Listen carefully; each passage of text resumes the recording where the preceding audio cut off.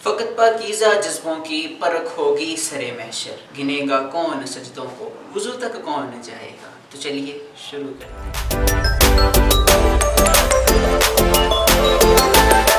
بسم اللہ الرحمن الرحیم۔ السلام علیکم۔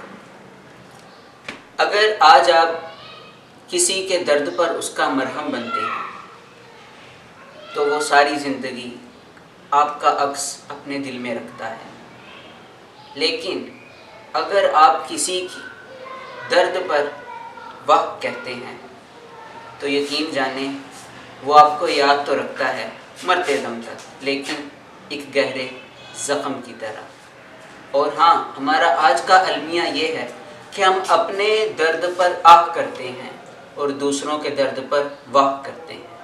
اگر آپ ابھی تک گئے نہیں ہیں تو سنیے کہ روئے زمین پر ایک ایسا طبقہ بھی ہے جو اپنی آہ پر آپ کی واہ چاہتا ہے کہ وہ آپ کو اپنا درد سنائیں اور آپ اس پر دل کھول کر واہ واہ کریں۔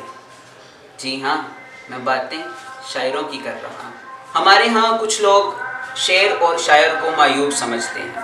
یہ شاعر وہ لوگ ہوتے ہیں کہ یہ کتابوں کے انبار کو 2 سطروں میں نچوڑ دیتے ہیں، اور اگر کبھی لکھنے پہ آئیں تو مشرق اور مغرب کو ایک سطر میں سمو دیتے ہیں۔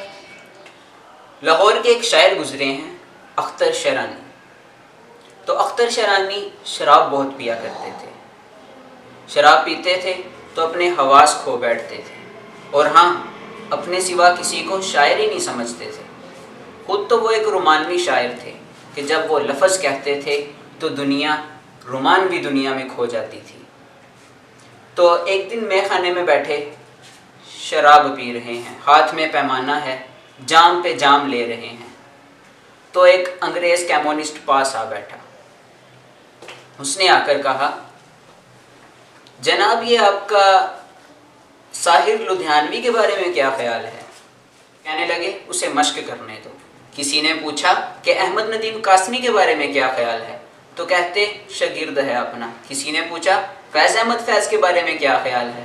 تو کہتے اس کو تو شعر کہنا ہی نہیں آتا، وہ میرے پاس آئے میں اس کو بتاؤں کہ شعر کیسے کہتے ہیں۔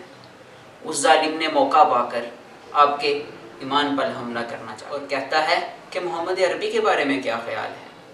تو اختر شیرانی نے برق رفتاری سے اپنے ہاتھ میں جو پیمانہ تھا اس کافر کے سر میں دے مارا اور اس کا سر پھاڑ دیا، اور رونے لگے اور کہتے ہیں وہ ظالم، ایک ہی تو سہارا ہے، وہ بھی چھیننا چاہتے ہو۔ اور اس کمیونسٹ انگریز کو میخ خانے سے باہر نکلوا دیا اور خود بھی گھر چلے گئے۔ نہ چھیڑ زاہد ناداں شراب پینے دے، شراب پینے دے خانہ خراب پینے دے۔ ایک اور مشہور شاعر، نام تو آپ نے سنا ہی ہوگا، جناب جگر مراد آبادی۔ وہ اپنے زمانے کے مشہور شاعر اور شرابی تھے۔ وہ شراب بہت پیتے تھے، جب تک 2-3 بوتلیں پی نہیں لیتے تھے، لے میں نہیں آتے تھے، شعر نہیں کہہ سکتے تھے۔ تو انہی دنوں اجمیر شریف میں ایک نعتیہ مشاعرہ ہونا تھا۔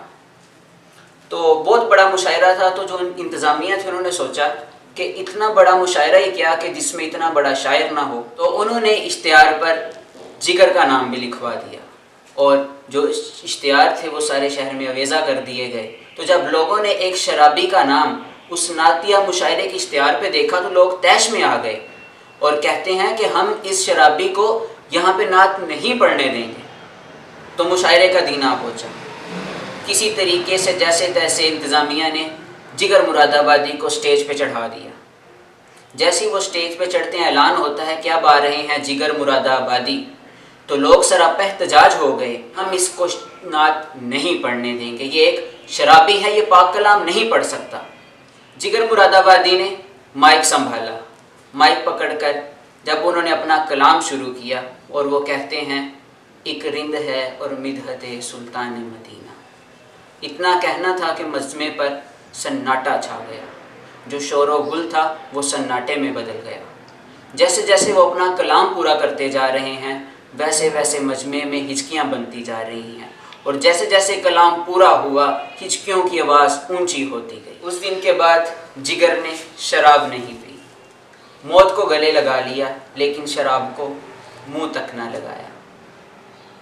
تو پھر اپنے بارے میں ایک دن لکھتے ہیں کہ چلو دیکھائیں تماشا جگر کا، سنا ہے وہ کافر مسلمان ہوا ہے۔ تو یہ تھی ہماری آج کی ویڈیو اور ایک پیغام۔